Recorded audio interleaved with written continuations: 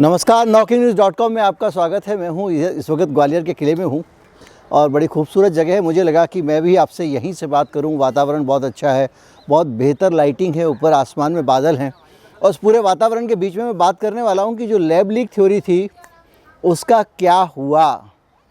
बड़े ज़ोर शोर से ये कहा जा रहा था कि ये चाइना वायरस है और जो लैब लीक हो रहा है ये उसके कारण पैदा हुआ है। वुहान की जो लेबोरेटरी है वायरोलॉजी की, उसके अंदर ये बनाया जा रहा था, वहाँ से ये लीक कर गया। लीक करने के बाद में ये पूरी दुनिया में फैल गया और उसके बाद में कोई चाइना वायरस कह रहा था, कोई कह रहा था चीन को सजा दो वगैरह वगैरह। WHO की बाकायदा इस पर जाँच हुई, जाँच की रिपोर्ट आई, उस रिपोर्ट को भी किसी ने नहीं माना और फाइनली सब लोगों को ये लग रहा था कि किसी तरह से ये चाइना वायरस है, चीन ने फैलाया और चीन के ख़िलाफ़ एक्शन होना चाहिए। इसके आसपास हम सब लोग सोच रहे थे क्योंकि वेस्टर्न मीडिया बार बार इस बात को दोहरा रहा था। खुद अमेरिका के राष्ट्रपति ट्रंप ने इसका नाम चाइना वायरस रखा था। लेकिन अब जो सच सामने आ रहा है वो सच आपको बताएगा कि सब कुछ राजनीति है। वायरस और साइंस जैसी चीज़ों के बीच में भी लोग राजनीति घुसा रहे हैं।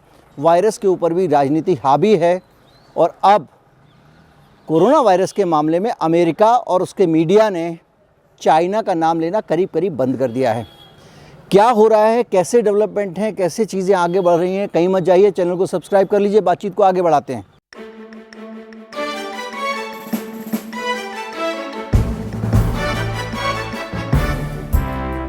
चाइना का वुहान शहर 2020 से पहले दुनिया में आज जितने लोग जानते हैं उसके 0.0001% लोग भी वुहान को नहीं जानते थे। लोगों को पता भी नहीं था कि वुहान जैसा कोई शहर चीन में मौजूद है। लेकिन अब वुहान को सब जानते हैं। उसकी वजह है नेशनल इंस्टीट्यूट ऑफ वायरोलॉजी जो वुहान में है। और कोरोना वायरस के फैलाव के बाद में लगातार एक बात दोहराई जा रही थी और वो बात ये थी कि वुहान की जो वायरोलॉजी की लेबोरेटरी है वहीं से कोरोना वायरस लीक हुआ है। जैसे जैसे ओरिजिन, नेचुरल ओरिजिन यानी कुदरती तरीके से उसके चमगादड़ में से मनुष्य में आने की बात आती थी, वैसे ही बड़े स्तर पर एक राजनीतिक अभियान शुरू होता था और उसमें कहा जाता था कि ये जो वायरस है ये एक लेबोरेटरी में बनाया गया वायरस है, गेनो फंक्शन के ज़रिए बनाया गया वायरस है और वो वायरस एक्सीडेंटली वहाँ से लीक हो गया या फिर जानबूझ के लीक कर दिया गया, जिसके कारण पूरी दुनिया में कोरोना वायरस फैला। अब जो स्थिति आ रही है वो मैं आपको बताता हूँ।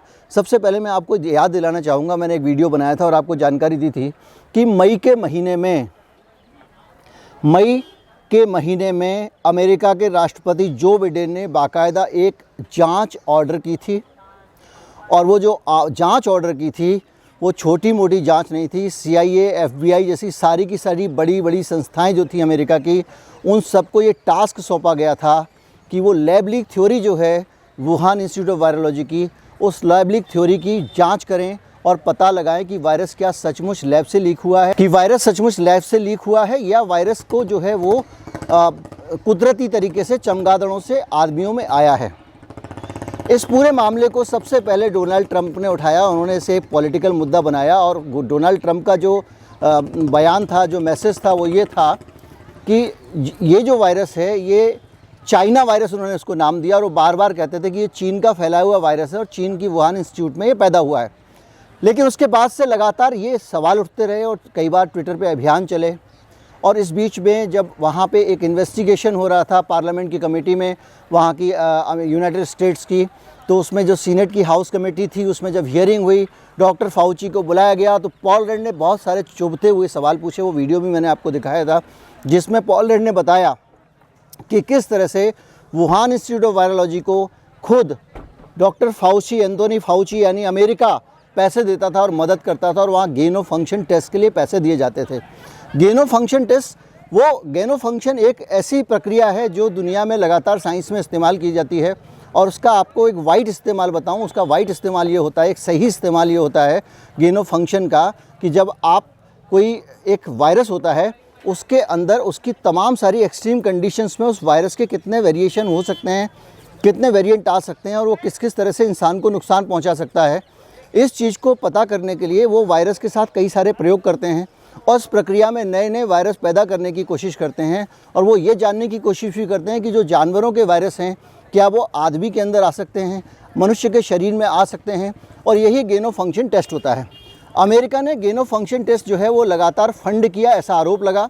डॉक्टर फाउची के बहुत सारे ईमेल लीक हुए और उसके बाद में ये मामला लगातार आगे बढ़ता चला गया। तो जो गेन ऑफ फंक्शन हुआ उसमें जब ये पता चला कि किस तरह के वायरस लीक हुए हैं, ये हुआ है, तो वो उसको लेकर एक विवाद हुआ। और ये इस बीच में एक और चीज़ पता चली कि जो साउथ कैरोलिना है अमेरिका का, वहाँ पर एक लेबोरेटरी है, वहाँ पे भी गेन ऑफ फंक्शन टेस्ट होते हैं और वहाँ पे कई ऐसे वायरस हैं जो कोरोना वायरस से सैकड़ों गुना ज़्यादा खतरनाक हैं, 117 गुना ज़्यादा खतरनाक हैं।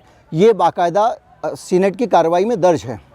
इन सारे आरोपों के बीच में जब जो बिडेन के पास कोई रास्ता नहीं था तो उन्होंने अपनी अमेरिका की सबसे टॉप की जासूसी संस्थाएं CIA और FBI और जितनी भी संस्थाएं, उन सबको इस काम पे लगा दिया कि आप पता लगाइए कि वुहान वायरोलॉजी की लेबोरेटरी में वहाँ पे गेन ऑफ फंक्शन टेस्ट हो रहा था कि नहीं हो रहा था और क्या कोरोना वायरस वहाँ से लीक हुआ।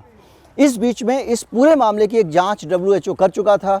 WHO ने बाकायदा इस मामले पर एक जांच कमेटी बिठाई थी जिसने 112 पेज की एक रिपोर्ट दी, जिसमें वो लेबोरेटरी में गए, आसपास के इलाकों में गए और कहा कि ये लैब लीक नहीं है, वायरस का नेचुरल ओरिजिन है, चमगादड़ से मनुष्य में वो कुदरती तरीके से आई। लेकिन लोग इस बात को मानने को तैयार नहीं थे और वो बार बार कह रहे थे। तो उसके बाद ये जांच बिठाई गई। जांच मई में बिठाई गई थी और 3 महीने का समय दिया गया था। 3 महीने में इन टॉप की दुनिया की जासूसी संस्थाओं को, जिन्होंने अफ़गानिस्तान में ऑपरेशंस चलाए, सरकारें उल्टी पलटी, दुनिया के पता नहीं कितने देशों को तबाह कर दिया, इतनी ताकतवर जो एजेंसियां थीं, CIA जैसी एजेंसियां, उनको गेन ऑफ फंक्शन टेस्ट के लिए लगाया गया था। इन टॉप की जो एजेंसीज़ हैं उनको इस काम के लिए लगाया गया था कि वो ये पता लगाएं कि वायरस क्या वाकई लैब में बना। 3 महीने का समय दिया गया था, अब 5 महीने हो चुके हैं, इसलिए ये वीडियो लेके मैं आपके सामने आया हूँ। 5 महीने बाद भी धरती पर कोई नहीं जानता कि वहाँ से लैब लीक हुआ या नहीं हुआ। लेकिन इस बीच में कुछ पॉलिटिकल डेवलपमेंट हुए हैं।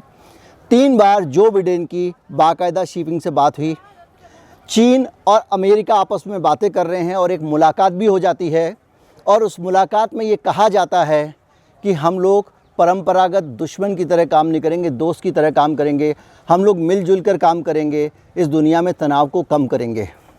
यानी दोनों की दोस्ती हो जाती है, चीन और अमेरिका दोस्त बन जाते हैं और उसके बाद नई नई रिपोर्ट्स आनी शुरू हो जाती हैं। और हाल में रिपोर्ट आई है और वो रिपोर्ट ये कहती है कि वुहान वायरोलॉजी लैब के पास में, वुहान शहर में ही एक आदमी दुकानदार था जो मछलियां बेचा करता था, वो पहला मरीज़ था जिसके पास से जो कोरोना वायरस का शिकार हुआ। यानी अब सारी जांच एक तरफ रख दी गई है, लैब लीक थ्योरी नहीं है और अब थ्योरी ये आ गई है कि एक पहला आदमी था जिसको चमगादड़ से वायरस आया और उससे सब जगह फैला, क्योंकि वो वुहान की मंडी में वहाँ पर चमगादड़ जो भी सामान है वो बेचा करता था। मैं आपको इस वीडियो के माध्यम से सिर्फ एक चीज़ समझाना चाहता हूँ कि किस तरह से राजनीति चीज़ों को गवर्न करती है। जब अमेरिका की राजनीति चीन को बुली करने की थी तो उसने हम सबके दिमाग में बिठा दिया कि WHO चीन का पिट्ठू है और चीन ने बाकायदा वायरस फैलाया, पूरी दुनिया में तबाही की, वगैरह वगैरह। और अब जब दोस्ती हो गई है, जब कट्टा था अब सज्जा हो गया है, तो सुर बदल गए हैं और अब अमेरिका चीन को पाक साफ मान रहा है। और जो 3 महीने में जांच होनी थी उसकी 5 महीने में भी रिपोर्ट नहीं आई और सब चुप बैठे हुए हैं। This is the true story of the world.